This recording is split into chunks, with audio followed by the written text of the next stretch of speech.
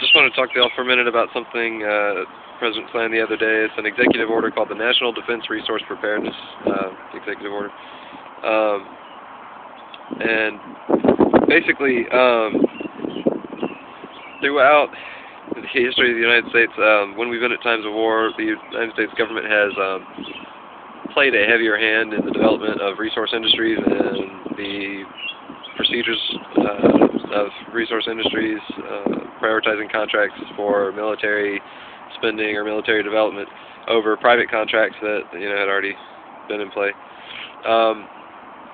And the government, the U.S. government, in the past couple of years has made several steps towards a more controlled economy. Lots of people fear that we are on the verge of total fascism. And this National Defense Resource Preparedness Bill, or the executive order, definitely kind of puts us another step towards that. The Section 102 of this executive order, the policy, says that the United States must have an industrial and technological base capable of meeting national defense requirements and capable of contributing to the technological superiority of its national defense equipment in peacetime and in times of national emergency.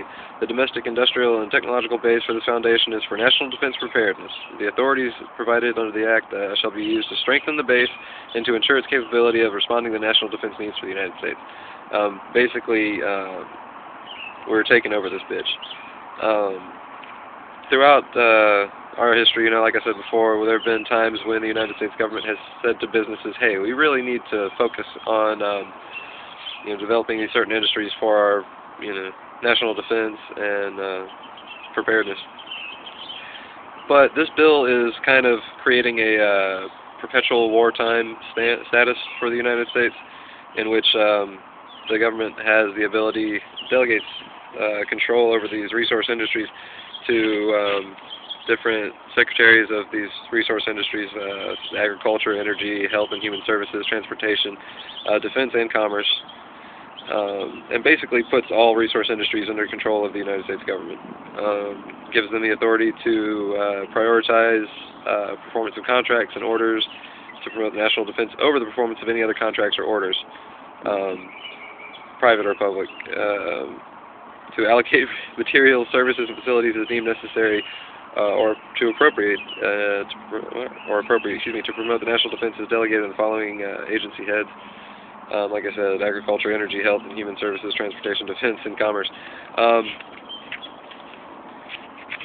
With the bailout bills, there was a lot of unconstitutional usurpation of contracts that private industries, the automotive industry, Chrysler specifically, and others, had contracts with their upper management for some types of bonuses, yearly bonuses or whatever, and the government kind of stepped in and said, no, since we're giving you this money, you can't use it to fulfill the contracts which you had already promised.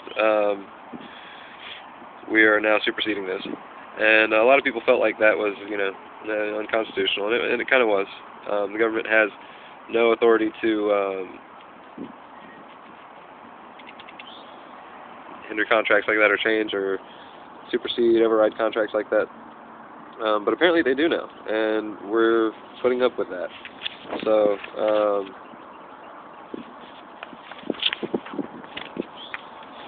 if you think this is a problem, you might want to read this bill. I haven't read the whole thing myself yet, but what it looks like, yeah, we're putting control over these resource industries in the hands of the government for public interest and defense.